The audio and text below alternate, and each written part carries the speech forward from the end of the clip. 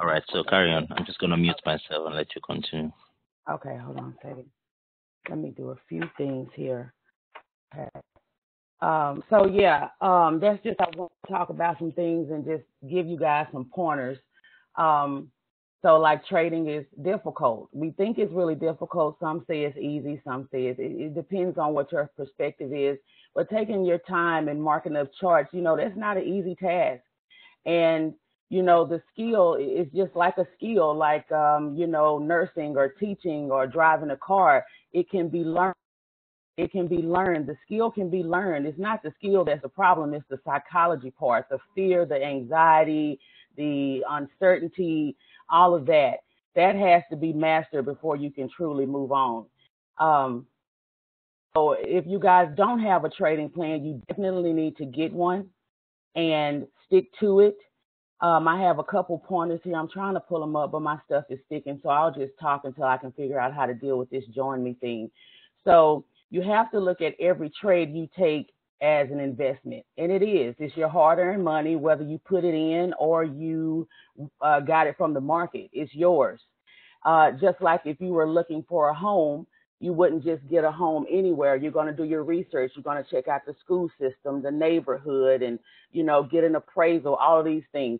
The trade is the same thing. You really need to do your research. You need to stick to your trading plan, whether you're looking for a retest or trend line break. All of these things are very important. My trading really made a big difference when I started really sticking to my rules. And even if you map the trade out and it doesn't go your way, that's totally okay as long as you're not over leveraging. And I know you guys have heard this before. I know you've heard it before, but it doesn't hurt to hear it again. Trading can be very stressful. You're sitting there, you're looking at every candle form. That also allows us to jump out the trade way earlier than we probably should. To get mad and only to come back to see that your markup was 100% correct. So we also have to learn to give our trades time to play out. Okay. So I'm really trying to pull up my thing here. I had some really good points and it's not pulling up. Okay, so what are you trying to? Did you click the share the screen icon?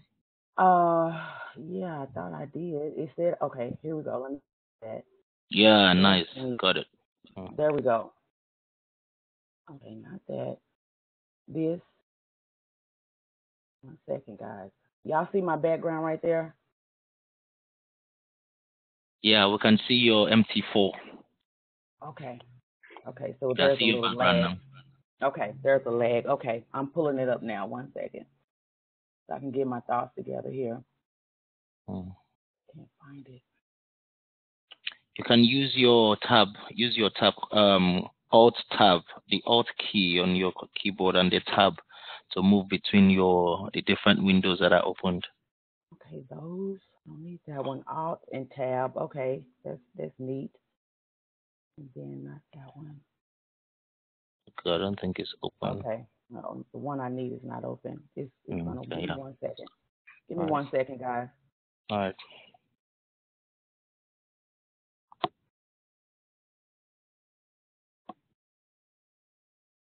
I don't know why my notes are not opening. Is it the sticky note? Yeah.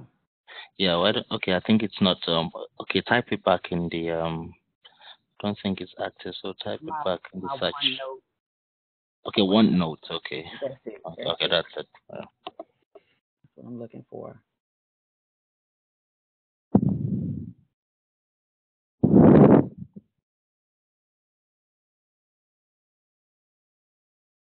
I promise this will go way smoother next time. Yeah, it will. It always does.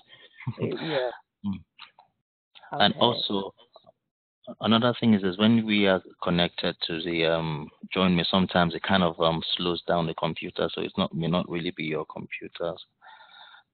It lags things. There we go. All right, you guys see that trading psychology? You see it yet? Mm-hmm. Okay. Yeah. All right, there we go. So these are a couple things that I do like before every trade that I get in. I hear some people say, you need to go into the market emotionless. I disagree with that. You really need to have confidence. If you have any emotion, it needs to be confidence. It doesn't need to be, you don't need to be too happy. You don't need to be, frustrated, sad. You do need a boatload of confidence. Okay, because only confidence is going to give you, the gall to pull the trigger, and whatever you do to prepare for your day, whether it be meditation. I know what I do is I pray, I light a candle. I mean, a candle, I have to have my candle lit. I meditate and all of that. Like, you have to get in a routine of, like, this is really serious. If you're taking trading serious, you really got to take down this stuff. And it sounded so silly to me at the beginning. But once I really got down my trading plan and started doing it every day repetitiously and sticking to my strategies, I stopped jumping out of trades. I had a more relaxed trading. So really do some research on psychology. And I'm not only your own psychology, the psychology of other traders. I'll touch on that in a minute. The next one is a really big one for me. Trading while you're sick, unfocused. Some big event is happening. Like, my aunt just passed away. I tried to trade a couple of days ago and it was horrible. So don't test yourself. It's not going to work. You definitely need to have a clear mind and focus on trading. Also, another big one is letting your prior trades affect, your outlook on a new trade you're going in, especially like for continuation. Just because, your trade was doing well and dropped 100 pips doesn't mean it's going to drop 100 more pips. So we always evaluate the next move, about that all the time. And whatever strategy you're using, just stick with it. You don't, most of us at first, we use a strategy, adopt a strategy. We use it for 2 weeks and then we throw it away. Well, you don't know if that strategy works because you didn't give it time. Strategy, you're still going to lose trades. The candles are going to form whether you sit there and look at them all day or not. So these are things that I have to just tell myself over and over again, just relax. Like, nothing you do is going to change the outcome of this trade right now. Excuse me. You've already pulled the trigger. Trust your analysis and, like, move on. Like, go get a cup of tea, cup of cocoa. Just relax and let the trade run. Believe me, this has not always been my attitude. I used to be up 24 hours trying to trade, and 24 hours losing money. I wasn't getting money. So, after you lose so much money, you start doing the right thing. So basically, I just wanted to talk about that. Really, just make sure you adopt a strategy and stick with it and give it time to work. Also, the psychology of other traders. It's very important, especially with us as retail traders. If you're looking to get into a sale, you should think like a buyer. And what do I mean by that? Let me pull up a trade and show you. Um, you should think like a buyer if you're looking to sell. So, 1 second. You guys see my chart? You can? Yes. Okay. Okay, let's say this is a really strong uptrend right here. Okay, of course, we're looking for a retest or a continuation. So if I was looking to sell this, I need to think like a buyer. So these people that are buying right here, they're doing good. They got they pullback, they got thousands and millions of dollars. They're getting it, they're getting it. They're not, they might not be ready to get rid of this trade. Like, I try not to be the first buyer or seller. The first down move here, you don't want to jump in for that because those sellers are going to jump in here and they're going to get stopped out. These buyers are not their trade yet. So we always look for like a strong down move, like something like this. Always the things that might always teach on. So I try to think, if I'm looking to sell this, let me think like the buyer. What is the buyer thinking? If you were buying this, what would you think? Buying, I would keep buying until that price was ready to sell. And then that's when your sellers come in, then your buyers will probably let go. It's kind of hard to understand, and I'm having a hard time explaining it because this is something adopted opposite position. I'll do a little bit more for research and dig deeper into this a little bit later. Um, so that's it on. I think that's it. Am I going too fast? Anybody have any questions? No. No, Okay. no questions for me, but I'm gonna definitely want to research that. I never looked at it like that, but that do make sense. So I don't grasp it. I got to do a little bit more research, but that does make sense. Yeah, it's like I'm trying to explain it because I've been doing it for about a month or two, and it really what it does is helps me not to jump into trades too early. If I think about what these buyers are doing, they may not be ready to let go just yet. Okay. I think what you probably mean in terms of if I was a buyer and because at the moment it's bullish, so we're all buying. So if I was to be a buyer, where will I TP at? When will I stop buying? Which is where it would be either a preparation for the sellers to jump in, you know. So when buyers stop buying is when sellers take over, which we normally where you see pullbacks, and which is where they are taking out their money from the market and the market is dropping. Either the market is dropping because of the fact that they are pulling out their money from the market, or the sellers are jumping in. So I like the idea of thinking like a buyer because it just pretty much tells me that okay, if I was a buyer, this is where I'm going to get out at. Because I've already created my levels. My levels are my levels, buyers or sellers. Where if it gets to that level as a buyer, I'm probably going to stop buying. And once I stop buying, that's an opportunity for a seller to come in. So which is an opportunity for me to come in. I mean, for somebody else that is a seller to come into the market. So I think it makes a lot of sense looking at things from that perspective as well. Yeah, it does. It helps me because I really jump into trades a little too early sometimes, and I'm working on that. So we all do. I mean, even if you do your analysis, market can turn around on you. We all know that. So, we could just do the best we can. And the most important thing is risk management is trying to make sure you protect yourself. Even if you're confident and a year or two from now, you have the capital, you still want your capital and not jump in, with all your eggs in one basket. So that's really important too. And one more thing I wanted to touch on was the indices. The indices, especially the U.S. dollar index. Let me pull it up real quick. Oh, I think I had it here. Here we go. U.S. dollar index. And do you pull it up on TradingView? Sir? What The did you say? The indices on TradingView. What about it? Do you? I'm asking D and know how to pull it up and look at them. Oh, from TradingView. Oh yeah. Okay. I want to show you guys that. I think Mike posted the abbreviations.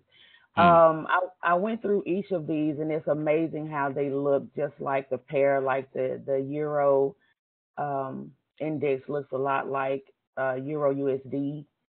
And it really gives really good insight on what direction to trade. Of course, it's not 100%, but it just adds to our little toolkit. So as far as the U.S. dollar index,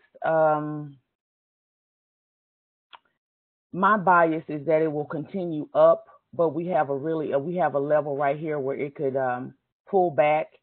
And if you notice on your Great Britain USD, odd USD, Euro USD, they are also approaching levels downward, the opposite way. So that's the way it works. If the US dollar is going up, anything paired against it will go down and vice versa. This is a little bit of price action here. You notice how it came down here and price held here. This kind of signals that the downward momentum is over, but of course we noticed it come back, but this is what we call here. Would you agree, Mike? Sorry, I'm just trying. I think your cursor is not moving. Are you using your cursor to move at all? Yeah, I am. Can you hear me okay? Yeah, I can hear you, but your cursor is not moving. Your mouse is not moving. Can you try moving your mouse? Okay, let me hit share screen again. You do see the chart, U.S. dollar index? Yes, I do. My mouse is moving. You don't see it? Yes, that's why I couldn't see your when you try to show us, it wasn't really showing. So, man, it's gonna be But anyway, carry on. I don't carry on. Let me see. Hold on, let me do a couple things. Um, Still not moving, but you do see the chart, right? Yes, yes, yes. Okay. Okay. I don't know what that's about. And I am sharing my screen, so I don't know. Okay, try go from the three dots that we saw earlier. Try to see if you could use annotate. Is it they call it annotate or something? Oh yeah. Mhm. See if that would work. Okay. Try to annotate. Okay, yeah, that helps. It's better. Good, good, good. Okay. Okay, boom. Okay. So I just wanted to explain how the U.S. dollar index was relevant to the Great Britain USD and the Euro and odd USD, which I think you understand that, D. But the newbies, it's kind of hard to understand, but it does help. And it's amazing how the zones on all of them, they're all approaching zones. The U.S. dollar is approaching this zone, and then the Great Britain and the other pairs are approaching zones, but downward. So I look at this a lot. I know once it starts getting here, it may pull back or it may shoot through, and you pretty much can expect the same your USD pairs, Great Britain, odd, and euro. But it doesn't always work like that. It's not always 100%. We have anti-correlation and things can get really crazy. But for now, it's working pretty good. I have to do a little bit more research on indices, Mike, before I can really, really dive into it. I just wanted to let Dottie know how it worked because I think she had some questions about it this morning. Dottie, you have any questions you want to ask about the indices? No, not at this stage. Thanks. Okay. All right. That's pretty much all I have, guys. I really didn't have a lot of time to prepare. Thank you for listening and not running off the off the call. It will be more organized next time, and I'll have more stuff prepared. But thanks so much for listening to me. I really appreciate it. You did a great job. You did a great job. Well, thank you, Dee. Yeah. Yeah. Nice one. Thank you, Adriane. Really good. Thanks.